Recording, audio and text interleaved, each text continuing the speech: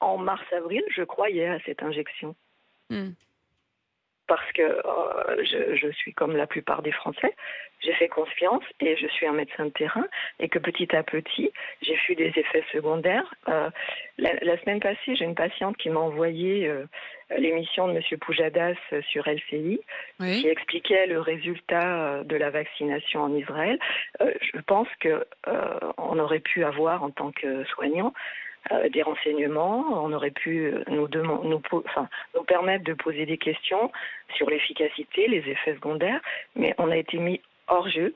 Et pour moi, un vaccin, c'est un acte médical et c'est pas une décision politique. Comment vous pouvez dire hors jeu? Moi, j'ai quand même le sentiment que les médecins ont été très largement consultés. En tout cas, on vous a beaucoup entendu, non? Eh bien, écoutez, je ne sais pas si on a beaucoup entendu les médecins de terrain. On a entendu beaucoup certains médecins, mais moi, j'avoue que en tant que médecin, il a fallu que j'aille chercher l'information parce que je n'avais pas d'explication exacte sur ce qui était injecté. Vous n'avez pas, Donc, vous avez pas le sentiment d'abandonner vos patients?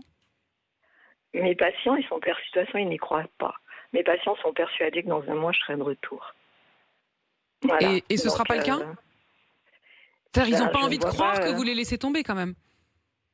De toute façon, ils savent très bien que je vais continuer à répondre au téléphone et que si physiquement maintenant je suis dangereuse et que je suis le nouveau terroriste, je serai toujours Non, là mais pour attendez, personne ne répondre. vous a traité de terroriste, docteur. Il y a un moment, il ne faut pas non plus exagérer. Attendez, madame. Personne ne vous a traité de terroriste. Surtout en ce Lorsque moment, franchement, la comparaison est très, très, très malaisante, franchement. Non, mais lorsqu'on a 60 ans et qu'on reçoit, on nous a même pas dit, vous avez jusqu'au 15 septembre pour vous faire vacciner, voilà, est-ce que vous voulez de l'aide, est-ce que vous voulez des renseignements, on vous dit, on vous menace de 6 mois d'emprisonnement, j'avoue que c'est difficile à supporter. Mais je suis pas la seule soignante.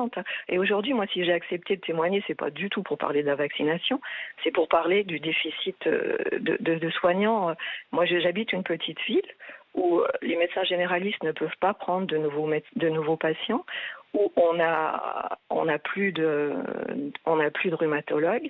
Il est à la retraite depuis depuis décembre 2020. On a un cardiologue. Il faut 1 an pour avoir un rendez-vous. C'est impossible d'avoir des rendez-vous en dermatologie, en dans ce ophtalmo. contexte que vous quittez votre cabinet. Mais je ne quitte pas mon cabinet. On m'oblige à le quitter.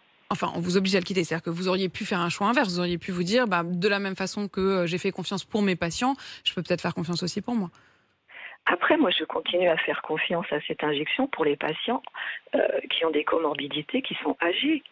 Mais aujourd'hui, moi, c'est pas moi, je me bats aujourd'hui parce que j'estime que vacciner des femmes enceintes sans recul, j'ai encore regardé hier sur le site Pfizer, ils ne conseillent pas la vaccination chez les femmes enceintes. Hmm.